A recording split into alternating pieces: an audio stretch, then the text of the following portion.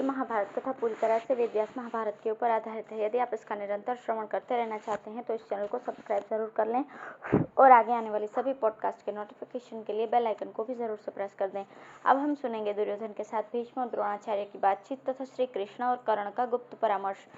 वैशंपायन जी कहते हैं, कुंती ने श्री कृष्ण को जो संदेश दिया था उसे सुनकर महारथी भीष्म और द्रोण ने राजा दुर्योधन से कहा, राजन, कुंती ने श्री कृष्ण से जो अर्थ और धर्म के अनुकूल बड़े ही उग्र और मार्मिक वचन कहे हैं वे तुमने सुने। अब पांडव लोग श्री कृष्ण की सम्मति से वैसा ही करेंगे। वे आधा राज्य लिए बिना शांति से नहीं बैठेंगे, इसलिए तुम अपने माँ बाप और हितैषियों की बात मान लो। अब संधि या युद्ध करना तुम्हारे ही हाथ है। यदि इस समय तुम्हें हमारी बात नहीं रुचती तो रणांगण में भीमसेन का भीषण सिंहनाद और गांडीव की टंकार सुनकर अवश्य याद आएगी। ये सुनकर राजा दुर्योधन उदास हो गया। उसने मुंह नीचा कर लिया तथा भुएं सिकोड़कर टेढ़ी निगाह से देखने लगा। उसे उदास देखकर भीष्म और द्रोण आपस में एक दूसरे की ओर देखकर बात करने लगे। भीष्म ने कहा, युधिष्ठिर सदा ही हमारी सेवा करने को तत्पर रहता है। वो कभी किसी से ईर्ष्या नहीं करता तथा ब्राह्मणों का भक्त और सत्यवादी है। उससे हमें युद्ध करना पड़ेगा, इससे बढ़कर दुख की और क्या बात होगी। द्रोणाचार्य बोले, पुत्र अश्वत्थामा की अपेक्षा भी अर्जुन में मेरा अधिक प्रेम है। वो भी बड़ा विनीत है और मेरा बड़ा मान करता है। अब क्षात्र धर्म का आश्रय लेकर पुत्र से भी बढ़कर प्रिय उस धनंजय से ही मुझे युद्ध करना पड़ेगा। इस क्षात्रवृत्ति को धिक्कार है। दुर्योधन, तुम्हें कुरुवृद्ध भीष्म, मैं, विदुर और कृष्ण सभी समझाकर हार गए, परंतु तुम्हें अपने हित की बात सुहाती ही नहीं। देखो, हम तो बहुत दान, हवन और स्वाध्याय कर चुके हैं। हमने धन आदि देकर ब्राह्मणों को भी खूब तृप्त किया है और हमारी आयु भी अब बीत चुकी है, इसलिए हमने तो जो कुछ करना था सो कर लिया। किंतु पांडवों से वह ठानकर तुम्हें बड़ी विपत्ति भोगनी पड़ेगी। तुम्हारे सुख, राज्य, मित्र और धन सभी का सफाया हो जाएगा। अतः उन वीरों के साथ युद्ध करने का विचार छोड़कर तुम संधि कर लो। इसी में कुरुकुल की भलाई है। अपने पुत्र, मंत्री और सेना का पराभव न कराओ। इधर श्री कृष्ण जब कर्ण को रथ में बैठाकर हस्तिनापुर से बाहर आए तो उन्होंने उससे तीक्ष्ण, मृदु और धर्मयुक्त वाक्यों में कहा, कर्ण, तुमने वेदवेत्ता ब्राह्मणों की बड़ी सेवा की है और उनसे परमार्थ तत्व संबंधी प्रश्न किए हैं, पर तुम्हें मैं एक गुप्त बात बताता हूँ। तुमने कुंती की कन्यावस्था में उसी के गर्भ से ही जन्म लिया है, इसलिए धर्मानुसार तुम पांडु के ही पुत्र हो। अतः शास्त्र दृष्टि से तुम ही राज्य के अधिकारी हो। तुम्हारे पितृपक्ष में पांडव हैं और मातृपक्ष में यादव। तुम मेरे साथ चलो, पांडवों को भी ये मालूम हो जाए कि तुम युधिष्ठिर से भी पहले उत्पन्न हुए कुंती के पुत्र हो। फिर तो पांचों पांडव, पांचों द्रौपदी के पुत्र और अभिमन्यु तुम्हारे चरण छुएंगे तथा पांडवों का पक्ष लेने के लिए एकत्रित हुए राजा, राजपुत्र तथा वृष्णि तथा अंधक वंश के सब यादव भी तुम्हारा चरण वंदन करेंगे। मेरी इच्छा है कि धौम्य मुनि आज ही तुम्हारे लिए होम करें और चारों वेदों के ज्ञाता ब्राह्मण लोग तुम्हारा अभिषेक करें। हम सब लोग भी मिलकर तुम्हारा ही राज्य अभिषेक करेंगे। धर्मपुत्र राजा युधिष्ठिर तुम्हारे युवराज होंगे और हाथ में श्वेत चंवर लेकर तुम्हारे पीछे रथ पर बैठेंगे। तुम्हारे मस्तक पर भीम बड़ा भारी श्वेत छत्र लगाएंगे। अर्जुन तुम्हारा रथ हाँकेंगे। अभिमन्यु सर्वदा तुम्हारे पास रहेगा तथा नकुल, सहदेव, द्रौपदी के 5 पुत्र, पांचाल राजकुमार और महारथी शिखंडी तुम्हारे पीछे चलेंगे। मैं भी तुम्हारे पीछे ही चला करूंगा। इस प्रकार अपने भाई पांडवों के साथ तुम राज्य भोगो तथा जप, होम और तरह तरह के मंगल कृत्यों का अनुष्ठान करो। कर्ण ने कहा, केशव, आपने सूर्यदेवता, स्नेह तथा मित्रता के नाते और मेरे हित की इच्छा से जो कुछ कहा है वो ठीक है।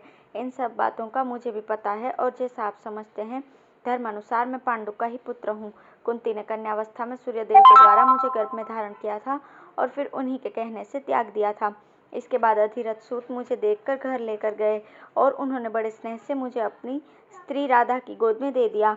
उस समय मेरे स्नेह के कारण राधा के स्तनों में दूध उतर आया और उसी से उस अवस्था में मेरा मलमूत्र उठाया। अतः धर्मशास्त्र को जानने वाला मुझ जैसा कोई भी पुरुष राधा के पिंड का लोप कैसे कर सकता है। इसी प्रकार अधिरथ सूत भी मुझे अपना पुत्र ही समझते हैं और मैं भी स्नेहवश उन्हें सदा से अपना पिता ही समझता रहा हूँ। इन्हीं के द्वारा मेरे जातक कर्मादि संस्कार कराए गए थे तथा ब्राह्मणों के द्वारा मेरा वसुषेण नाम रखवाया था। युवावस्था होने पर उन्हीं ने सूत जाति की कई स्त्रियों से मेरा विवाह कराया था। अब उनसे मेरे बेटे पोते भी पैदा हो चुके हैं। उन स्त्रियों में मेरा हृदय प्रेमवश काफी फंस चुका है। अब मैं संपूर्ण पृथ्वी या सोने की ढेरियां मिलने से अथवा किसी प्रकार के हर्ष या भय से भी इन संबंधियों को नहीं छोड़ सकता।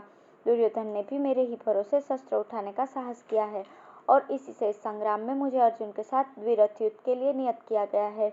मैं मृत्यु, बंधन, भय और लोभ के कारण दुर्योधन को धोखा नहीं दे सकता। अब यदि मैंने अर्जुन के साथ द्विरथ युद्ध न किया तो इससे अर्जुन और मेरे दोनों ही की अपकीर्ति होगी। किंतु मधुसूदन, आप एक नियमित समय कर लें। वो ये कि हमारी जो गुप्त बात हुई है वो यहीं तक रहे। यदि धर्मात्मा और जितेंद्रिय युधिष्ठिर को इस बात का पता लग गया कि कुंती का प्रथम पुत्र मैं हूँ, तो वे राज्य ग्रहण नहीं करेंगे और मुझे वो विशाल साम्राज्य मिला तो मैं उसे दुर्योधन को ही दे दूंगा। परंतु मेरी तो यही इच्छा है कि जिनके नेता श्री कृष्ण और योद्धा अर्जुन हैं, वे धर्मात्मा युधिष्ठिर ही सर्वदा राज्य शासन करें। मैंने दुर्योधन की प्रसन्नता के लिए पांडवों के विषय में जो कटु वाक्य कहे हैं, उस कर्म के लिए मुझे बड़ा पश्चाताप है।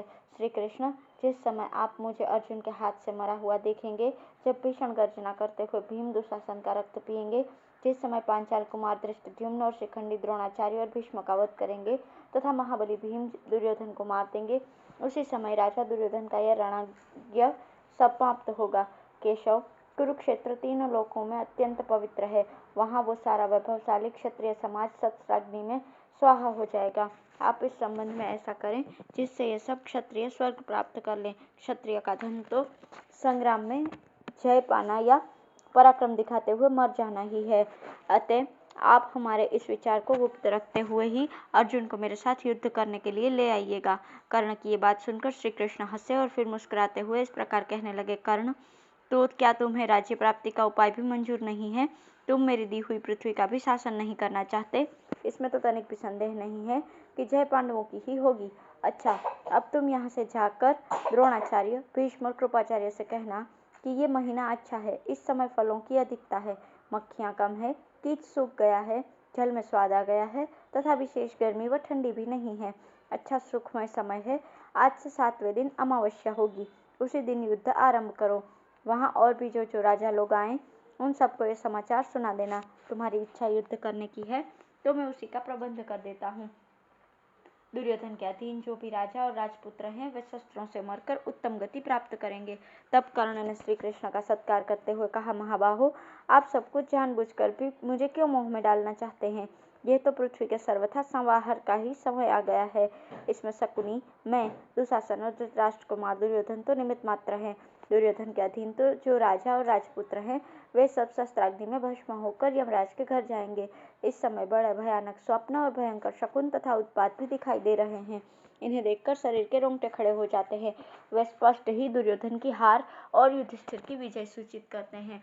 पांडवों के हाथी, घोड़े आदि वाहन प्रसन्न दिखाई देते हैं तथा मृग उनके दाएं होकर निकल जाते हैं। ये उनकी विजय का लक्षण है। कौरवों की बाईं ओर होकर मृग निकलते हैं, इससे उनकी पराजय सूचित होती है। श्री कृष्ण ने कहा, कर्ण, निस्संदेह अब ये पृथ्वी विनाश के समीप पहुंच चुकी है। इसी से तो मेरी बात तुम्हारे हृदय को स्पर्श नहीं करती। जब विनाश काल समीप आ जाता है तो अन्याय भी न्याय सा दिखने लगता है। कर्ण ने कहा, श्री कृष्ण, अब तो यदि इस महायुद्ध से बच गए तभी आपके दर्शन होंगे, नहीं तो स्वर्ग में ही हमारा आपसे समागम होगा। अच्छा, अब तो फिर युद्ध में ही मिलना होगा। ऐसा कहकर कर्ण ने श्री कृष्ण को गाढ़ आलिंगन दिया। फिर श्री कृष्ण से विदा होकर वो अपने रथ से उतरकर सुवर्ण जटित अपने रथ पर सवार हुए और हस्तिनापुर को लौट आए तथा सात्यकी के सहित श्री कृष्ण सारथी से बार बार चलो चलो ऐसा कहते हुए बड़ी तेजी से पांडवों के पास चल दिए। धन्यवाद।